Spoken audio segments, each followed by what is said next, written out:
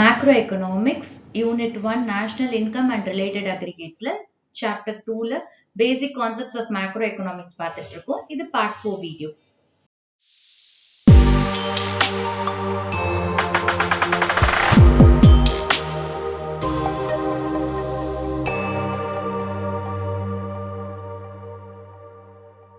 First நம்ம பார்க்க போற கான்செப்ட் இன்வெஸ்ட்மெண்ட்.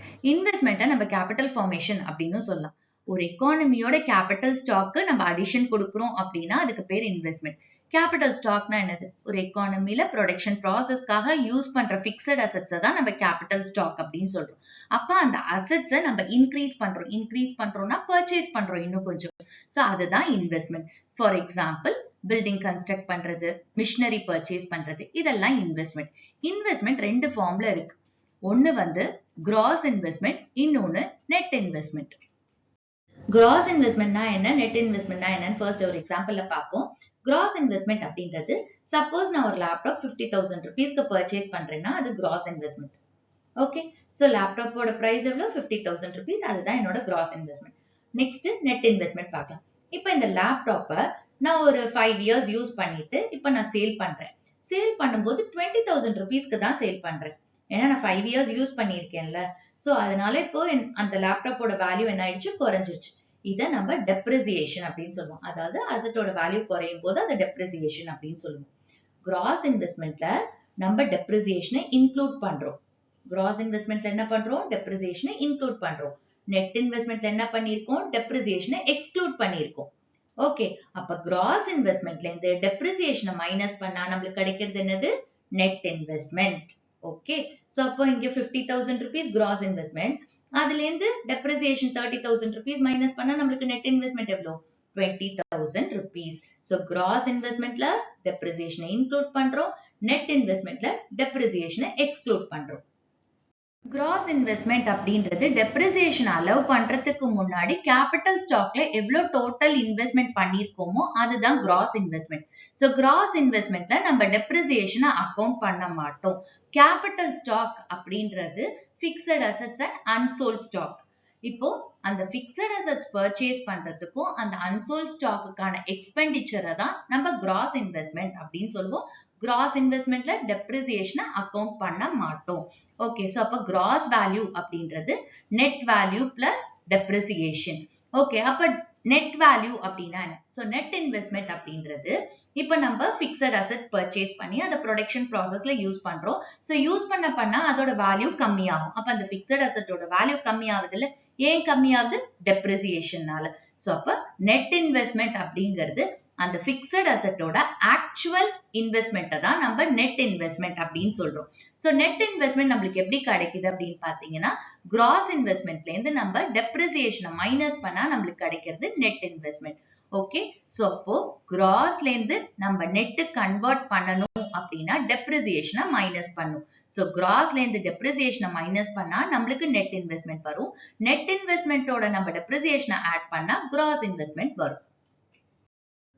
நம்ம cross investment and net investment படிக்கும்போது டெப்ரிசியேஷன் அப்படிங்கிற ஒரு வேர்ட் பார்த்தோம். டெப்ரிசியேஷன் என்னது? டெப்ரிசியேஷன் அப்படிங்கிறது பிக்சட் அசெட்ஸோட வேல்யூ கம்மியாச்சு அப்படின்னா அதை டெப்ரிசியேஷன் அப்படின்னு சொல்றோம்.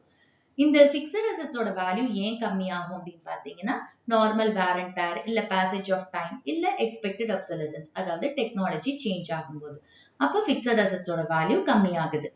இந்த டெப்ரிசியேஷன் ஏன் இம்பார்ட்டன்ட் அப்படின்னு பாத்தீங்கன்னா, கிராஸ் வேல்யூவையும் நெட் வேல்யூவையும் டிஃபரன்ஷியேட் பண்றதுக்கு டெப்ரிசியேஷன் இம்பார்ட்டன்ட். கிராஸ் வேல்யூல டெப்ரிசியேஷன் இன்க்ளூட் ஆயிருக்கும், நெட் வேல்யூல டெப்ரிசியேஷன் எக்ஸ்க்ளூட் ஆயிருக்கும். டெப்ரிசியேஷனுக்கு வேற சில வேர்ட்ஸ் இருக்கு. Current replacement cost, replacement cost of fixed capital, capital consumption allowance, consumption of fixed capital. So depreciation நம்ம இந்த 4 மாதிரியும் சொல்லலாம். So உங்களுக்கு நியூமெரிக்கல்ஸ் படிக்கும்போது டெப்ரிசியேஷனுக்கு பதிலா இந்த சில டேர்ம்ஸ் கூட யூஸ் பண்ணிருப்பாங்க. So இதுவுமே டெப்ரிசியேஷன் தான். So அதை தெரிஞ்சு வச்சுக்கோங்க. டெப்ரிசியேஷனுக்கு 3 மெயின் ரீசன்ஸ் இருக்கு. ஒன்னு நார்மல் வேர் அண்ட் டேர், அதாவது ப்ரொடக்ஷன் ப்ராசஸ்ல பிக்சட் அசெட்ஸை கண்டினியூஸா யூஸ் பண்ணும்போது அதோட ப்ரொடக்டிவ் கெப்பாசிட்டியும் வேல்யூவும் டிக்ரீஸ் ஆகுது. இது ஒரு ரீசன். ரெண்டாவது பேசேஜ் ஆஃப் டைம், அதாவது ஓவர் பீரியட் ஆஃப் டைம் நீங்க பிக்சட் அசெட்ஸை பிசினஸ்ல யூஸ் பண்ணலன்னா கூட அதோட வேல்யூ குறையும். சோ இது ஒரு ரீசன்.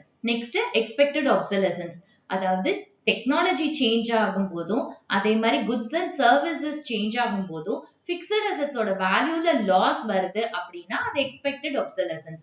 ஸோ எக்ஸ்பெக்டட் obsolescence வந்து எக்ஸ்பெக்டட் லாஸ்.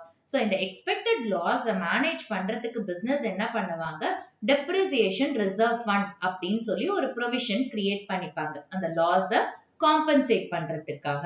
இதெல்லாம் தான் reasons for depreciation.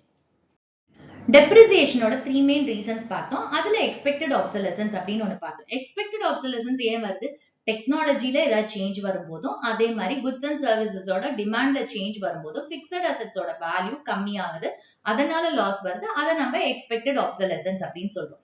So expected obsolescenceல நம்மளுக்கு எக்ஸ்பெக்டட் லாஸ் இருக்கு. ஸோ இந்த எக்ஸ்பெக்டட் லாஸை மேனேஜ் பண்றதுக்கு ப்ரொவிஷன் கிரியேட் பண்றோம். அதாவது டெப்ரிசியேஷன் ரிசர்வ் ஃபண்ட் அப்படின்னு சொல்லி ஒரு ப்ரொவிஷனை கிரியேட் பண்ணிக்கிறோம் அதை காம்பன்சேட் பண்றதுக்காக. ஓகே, எப்படி எக்ஸ்பெக்டட் obsolescence அப்படின்னு ஒண்ணு இருக்கோ அதே மாதிரி அன்எக்ஸ்பெக்டட் obsolescence அப்படின்னு ஒண்ணு இருக்கு. ஸோ அன்எக்ஸ்பெக்டட் obsolescence என்ன பண்ணுது, பிக்சட் அசெட்ஸோட வேல்யூவை குறைக்குது.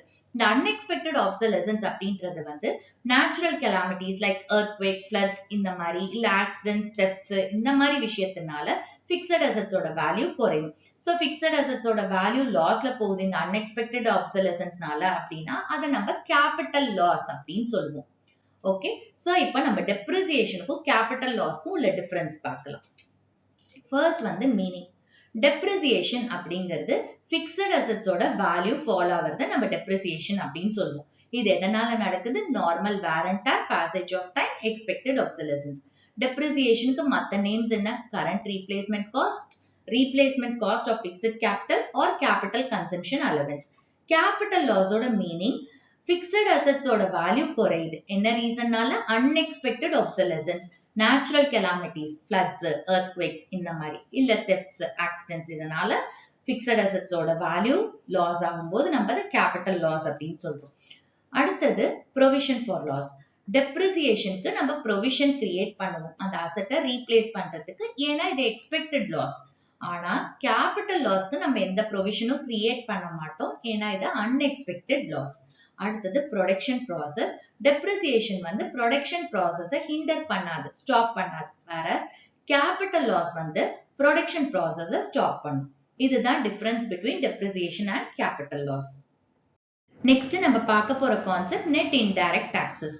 நெட் இன்டைரக்ட் டாக்ஸ் அப்படின்றது இன்டைரக்ட் டாக்ஸ்க்கும் சப்சிடிஸ்க்கும் உள்ள டிஃபரன்ஸ் தான் net indirect tax. Net indirect tax is equal to indirect tax minus subsidies. அப்ப இன்டைரக்ட் டாக்ஸ்னா என்ன, சப்சிடிஸ்னா என்ன, இதோட மீனிங்க பார்க்கலாம். ஃபர்ஸ்ட் நம்ம இன்டைரக்ட் டாக்ஸ் அப்படின்னா என்னன்னு பார்ப்போம். குட்ஸ் அண்ட் சர்வீசஸை ப்ரொடியூஸ் பண்றதுக்கும் சேல் பண்றதுக்கும் அது மேல கவர்மெண்ட் இம்போஸ் பண்ற டாக்ஸ் தான் indirect tax. For example GST, அப்புறம் எக்ஸைஸ் டியூட்டி, லிக்கர்ல எக்ஸைஸ் டியூட்டி பே பண்றது, அப்புறம் electricity duties, stamp duty, entry taxes, toll, இதெல்லாம் வந்து இன்டைரக்ட் டாக்ஸோட எக்ஸாம்பிள். இன்டைரக்ட் டாக்ஸ் என்ன பண்ணும் பாத்தீங்கன்னா, மார்க்கெட்ல ப்ராடக்டோட பிரைஸை இன்க்ரீஸ் பண்ணிடும். இது எப்படிங்கிறது ஒரு எக்ஸாம்பிள்ல பார்க்கலாம். இப்ப இந்த ஸ்பீக்கர்ஸை ப்ரொடியூஸ் பண்றதுக்கான காஸ்ட் 500 rupees. கவர்மெண்ட் என்ன செய்யறாங்க, இதை ப்ரொடியூஸ் பண்றதுனால கவர்மெண்ட் இது மேல இன்டைரக்ட் டாக்ஸை இம்போஸ் பண்றாங்க. அதாவது ஜிஎஸ்டி வாங்குறாங்க. ஜிஎஸ்டி எவ்வளவு வாங்குறாங்க அப்படின்னு பாத்தீங்கன்னா 10%. அப்ப 500ல 10% எவ்வளவு, 50 rupees. இப்போ இந்த ஸ்பீக்கர்ஸ் மார்க்கெட்ல வரும்போது இதோட பிரைஸ் வந்து 550 rupees ஆகும். எப்படின்னு பாத்தீங்கன்னா, இதோட ப்ரொடக்ஷன் காஸ்ட் 500 பிளஸ் அந்த ஜிஎஸ்டி 50 rupees சேர்ந்து மார்க்கெட் பிரைஸ்ல 550 வரும். அப்ப இன்டைரக்ட் டாக்ஸ் என்ன பண்ணுது, மார்க்கெட்ல ப்ராடக்டோட பிரைஸை இன்க்ரீஸ் பண்ணுது. இதுதான் indirect tax. Next subsidies. Subsidies அப்படின்றது கவர்மெண்ட் ப்ரொடியூசர்ஸ்க்கு கொடுக்கிற ஃபினான்ஷியல் அசிஸ்டன்ஸ் தான் சப்சிடிஸ். ஸோ ப்ரொடியூசர்ஸ் அவங்களோட சோஷியல் வெல்ஃபேர் அப்ஜெக்டிவ்ஸை ஃபுல்ஃபில் பண்றதுக்கு கவர்மெண்ட் வந்து ப்ரொடியூசர்ஸ்க்கு கொடுக்கிற ஃபினான்ஷியல் அசிஸ்டன்ஸ் சப்சிடிஸ். இந்த சப்சிடிஸ் ஏன் கொடுப்பாங்க அப்படின்னு பாத்தீங்கன்னா, எக்ஸ்போர்ட்ஸை ப்ரமோட் பண்றதுக்காகவும், ஃபர்ம்ஸை என்கரேஜ் பண்ணி பேக்வர்ட் ஏரியாஸ்ல இண்டஸ்ட்ரீஸை செட் பண்றதுக்காகவும். சப்சிடிஸை நம்ம எக்கனாமிக் அசிஸ்டன்ஸ் அப்படின்னு சொல்லலாம், ஃபினான்ஷியல் அசிஸ்டன்ஸ் அப்படின்னு சொல்லலாம். சப்சிடிஸ் அப்படிங்கிறது டிரான்ஸ்பர் பேமெண்ட். ஏன்னா இது கவர்மெண்ட் வந்து ப்ரொடியூசர்ஸ்க்கு கொடுக்குறாங்க. இன் ரிட்டர்ன் இந்த சப்சிடிஸ்க்காக கவர்மெண்ட் வந்து ப்ரொடியூசர்ஸ் கிட்ட இருந்து எதுவுமே எதிர்பார்க்கறது இல்லை இன் ரிட்டர்ன். ஓகே, சோ அதனால இதை வந்து டிரான்ஸ்பர் பேமெண்ட் அப்படின்னு சொல்றோம். சப்சிடிஸ் வந்து இன்டைரக்ட் டாக்ஸோட ஆப்போசிட். இது ப்ராடக்டோட மார்க்கெட் பிரைஸை ரெடியூஸ் பண்ணும். இதுக்கு ஒரு எக்ஸாம்பிள் பார்க்கலாம். இப்போ ஸ்பீக்கர்ஸை ப்ரொடியூஸ் பண்றதுக்கான காஸ்ட் வந்து 500 rupees. கவர்மெண்ட் என்ன செய்யறாங்க, இன்டைரக்ட் டாக்ஸ் ஜிஎஸ்டி இந்த காஸ்ட்ல வந்து லெவி பண்றாங்க 10%. So 500ல 10% 50 rupees. கவர்மெண்ட் வந்து இதை ப்ரொடியூஸ் பண்றதுக்கு 10 rupees சப்சிடி கொடுக்குது. ஸோ இப்போ மார்க்கெட் பிரைஸ் என்ன ஆயிரும் அப்படின்னா இந்த காஸ்டோட ஜிஎஸ்டி ஆட் ஆயிரும், அதாவது இன்டைரக்ட் டாக்ஸ் ஆட் பண்ணும். அப்போ 500 plus 50 550. இதுல இருந்து நம்ம சப்சிடியை மைனஸ் பண்ணுவோம். ஏன்னா சப்சிடிங்கிறது ஒரு பினான்சியல் அசிஸ்டன்ஸ் இதை ப்ரொடியூஸ் பண்றதுக்கா. ஸோ அந்த 10 rupees நம்ம மைனஸ் பண்றோம். அப்போ 550ல இருந்து 10 rupees போச்சுன்னா மார்க்கெட் பிரைஸ் என்னாச்சு 540 rupees ஆச்சு. அப்போ காஸ்ட் ஆஃப் ப்ரொடக்ஷனோட நம்ம இன்டைரக்ட் டாக்ஸ் ஆட் பண்ணி நம்ம வந்து சப்சிடியை மைனஸ் பண்ணா நம்மளுக்கு மார்க்கெட் பிரைஸ் வரும். இந்த காஸ்ட் ஆஃப் ப்ரொடக்ஷன் அப்படின்றது ஃபேக்டர் காஸ்ட், அதாவது ஃபேக்டர்ஸ் ஆஃப் ப்ரொடக்ஷனுக்கு கொடுக்குற காஸ்ட். ஸோ இது ஃபேக்டர் காஸ்ட். அப்ப ஃபேக்டர் காஸ்டோட நம்ம இன்டைரக்ட் டாக்ஸஸ் ஆட் பண்ணி சப்சிடியை மைனஸ் பண்ணா நம்மளுக்கு மார்க்கெட் பிரைஸ் வரும். ஓகே, ஸோ இதுதான் subsidies. Factor cost and market price டீடைல்டா பார்க்கலாம். ஃபேக்டர் காஸ்ட் அப்படிங்கிறது ஃபேக்டர்ஸ் ஆஃப் ப்ரொடக்ஷனுக்கு பே பண்ற அமௌண்ட் தான் ஃபேக்டர் காஸ்ட். ஸோ ப்ரொடக்ஷன் ப்ராசஸ்ல நம்ம ஃபேக்டர்ஸ் ஆஃப் ப்ரொடக்ஷன் யூஸ் பண்றோம். ஸோ அவங்களோட சர்வீசஸ்க்கு பே பண்றோம், அது ஃபேக்டர் காஸ்ட். இப்போ ப்ரீவியஸ் எக்ஸாம்பிள்ல நம்ம இந்த ஸ்பீக்கர்ஸோட காஸ்ட் ஆஃப் ப்ரொடக்ஷன் 500 rupees பார்த்தோம்ல, இதுதான் factor cost. Next market price. Market price அப்படிங்கிறது ப்ராடக்ட்டை மார்க்கெட்ல ஆக்சுவலா என்ன பிரைஸ்ல சேல் பண்றோமோ அதுதான் மார்க்கெட் பிரைஸ். மார்க்கெட் பிரைஸ்ல இன்டைரக்ட் டாக்ஸஸ் ஆட் ஆயிருக்கும், சப்சிடிஸ் எக்ஸ்க்ளூட் ஆயிருக்கும். சோ இந்த ப்ரீவியஸ் எக்ஸாம்பிள்ல மார்க்கெட் பிரைஸ் 540 rupees அப்படின்னு பார்த்தோம். சோ அதுல இன்டைரக்ட் டாக்ஸஸ் ஆட் ஆயிருக்கு, சப்சிடிஸ் எக்ஸ்க்ளூட் ஆயிருக்கு. சோ மார்க்கெட் பிரைஸ்ல வந்து factor cost plus indirect taxes minus subsidies, அதுதான் மார்க்கெட் பிரைஸ். ஓகே, சோ இப்போ நம்ம மார்க்கெட் பிரைஸ்ல இருந்து ஃபேக்டர் காஸ்ட் டிரைவ் பண்ணனும்னா நெட் இன்டைரக்ட் டாக்ஸஸ் மைனஸ் பண்ணனும். நெட் இன்டைரக்ட் டாக்ஸஸ் அப்படின்றது என்னது, indirect tax minus subsidies. Okay, இப்போ ஃபேக்டர் காஸ்ட்ல இருந்து நம்ம மார்க்கெட் பிரைஸை டிரைவ் பண்ணனும் அப்படின்னா நெட் இன்டைரக்ட் டாக்ஸஸ் ஆட் பண்ணனும். நெக்ஸ்ட் நம்ம பார்க்க போற concept net factor income from abroad. Net factor income from abroad அப்படிங்கிறது ஃபேக்டர் இன்கம் ஃப்ரம் அப்ராடுக்கும் ஃபேக்டர் இன்கம் டு அப்ராடுக்கும் உள்ள டிஃபரன்ஸ் தான் net factor income from abroad.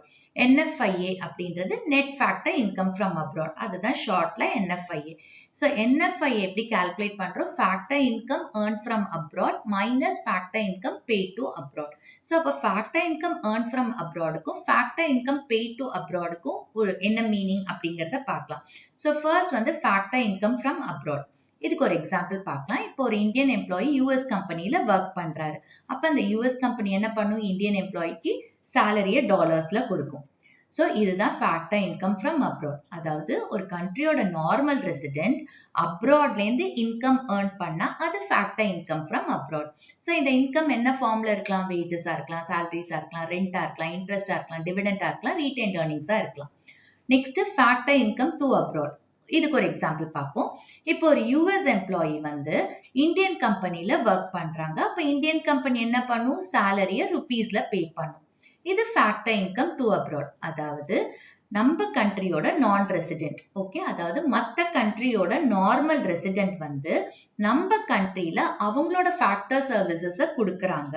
So அதனால நம்ம கண்ட்ரி என்ன பண்ணுது, அவங்களுக்கு ஃபேக்டர் இன்கம் பே பண்ணுது. நம்ம இந்தியன் கம்பெனி ஃபேக்டர் இன்கம் அவங்களுக்கு பே பண்ணுது. ஸோ இதுதான் factor income to abroad. Okay, so இந்த NFIA ஏன் இம்பார்ட்டன்ட் அப்படின்னு பார்த்தீங்கன்னா டொமஸ்டிக் இன்கம்க்கும் நேஷனல் இன்கமையும் டிஃபரன்ஷியேட் பண்றதுக்கு இந்த NFIA important. National income and domestic இன்கமோட கான்செப்ட் பார்க்கலாம். நேஷனல் இன்கம் அப்படிங்கிறது நம்ம கண்ட்ரிக்குள்ள ஏர்ன் பண்ற income, so domestic income plus net factor income from abroad. அதாவது நம்ம இந்தியன்ஸ் வந்து அப்ராட்ல ஒர்க் பண்ணி அங்கேருந்து ஃபேக்டர் இன்கம் ஏர்ன் பண்றாங்கல்ல, அதையும் சேர்த்தா நம்மளுக்கு நேஷனல் இன்கம் கிடைக்கும். ஸோ அப்போ நேஷனல் இன்கம் எப்படி டிரைவ் பண்றோம், domestic income plus net factor income from abroad. Domestic income அப்படிங்கிறது வந்து வெறும் இந்தியாக்குள்ள, அதாவது ஒரு எக்கனாமிக் டெரிட்டரிக்குள்ள ஏர்ன் பண்றது தான் டொமஸ்டிக் இன்கம். ஸோ அப்போ நேஷனல் இன்கம்ல இருந்து நெட் ஃபேக்டர் இன்கம் ஃப்ரம் அப்ராட மைனஸ் பண்ணா நம்மளுக்கு டொமஸ்டிக் இன்கம் கிடைக்கும். ஓகே, ஸோ அப்போ நேஷனல் இன்கம்ல இருந்து நம்ம டொமஸ்டிக் இன்கம் டிரைவ் பண்ணணும் அப்படின்னா நேஷனல் இன்கம்ல இருந்து நெட் ஃபேக்டர் இன்கம் ஃப்ரம் அப்ராட மைனஸ் பண்ணும்.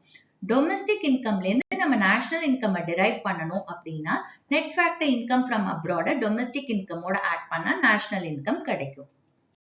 Net factor income from abroad பாசிட்டிவா இருக்கலாம், நெகட்டிவா இருக்கலாம், இல்ல ஜீரோவா இருக்கலாம்.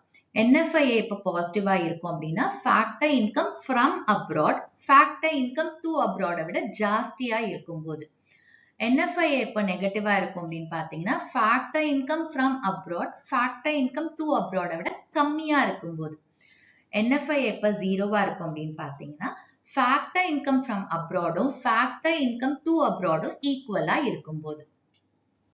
இந்த வீடியோல நம்ம depreciation, net indirect taxes and net factor income from abroad ஓட கான்செப்ட் பார்த்தோம். depreciation ஓட கான்செப்ட் ஏன் important?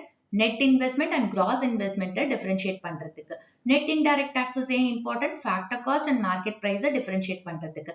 and net factor income from abroad ஓட கான்செப்ட் ஏன் important? domestic income and national income differentiate பண்றதுக்கு. hope உங்களுக்கு இந்த வீடியோ புரிஞ்சிருக்கும்னு நினைக்கிறேன். so இது வந்து basic concepts of macro economics ஓட last வீடியோ.